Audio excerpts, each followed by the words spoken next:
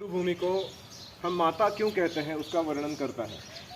जिस प्रकार से माता हर रूप से हमें पोषण देती है, हमारा रक्षण करती है, संवर्धन करती है, ना केवल हमें अच्छी अवस्था में रखती है, हमसे अच्छा कार्य भी करवाती है। ऐसे ही हमारा जो देश है या मातृभूमि है, उसका जब हम सब मिलके लालन पालन करते हैं तो इन रिटर्न वो राष्ट्र जो है वो हमारा भी इसी तरीके से एक माता के समान पालन पोषण करता है।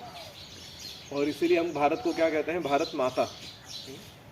आजकल कोई राजनीतिज्ञ है वो पूछते हैं भारत माता क्या चीज़ है। भारत माता एक संकल्पना है जिसके अंतर्गत हम अपने देश को, जैसे हम मदर नेचर कहते हैं ना, जिसमें हमने जन्म लिया, जिससे हमें भौतिक शरीर प्राप्त हुआ, वह जो स्थिति है वो हमारे माता समान ही है।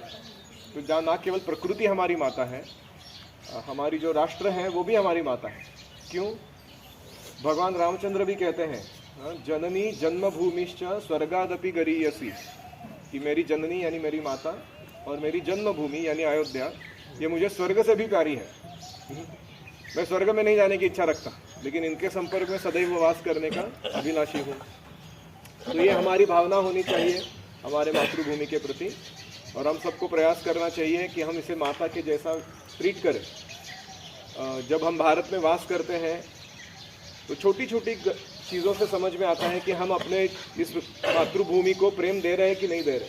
जैसे फॉर एग्जांपल आप देखते हो कि कभी हम ट्रेन में जाते हैं तो लोग ग्राफिटी करते हैं, गंदे चित्र निकालते हैं, कहीं भी थूकते हैं, कचरा फैलाते हैं, या कभी दूसरे अन्य भारतीयों के साथ व्यवहार करते समय अपने स्वार्थ की भावना लेकर व्यवहार करते हैं।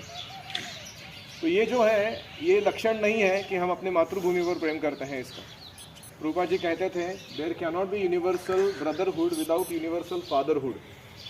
तो हमारा राष्ट्र हमारी माता है, लेकिन भगवान हमारे पिता हैं, और इन दोनों के संयोग से हम जो यहाँ पर आए हैं तब हम एक दूसरे के भाई हैं।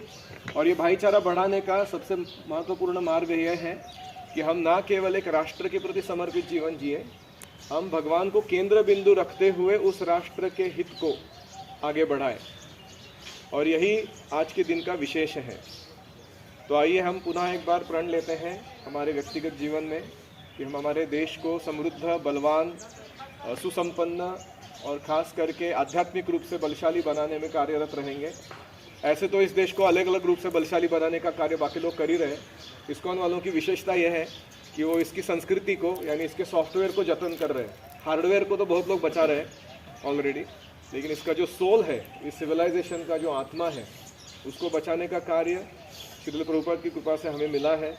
हम उसे ठीक से करें। बहुत बहुत धन्यवाद। हरे कृष्णा।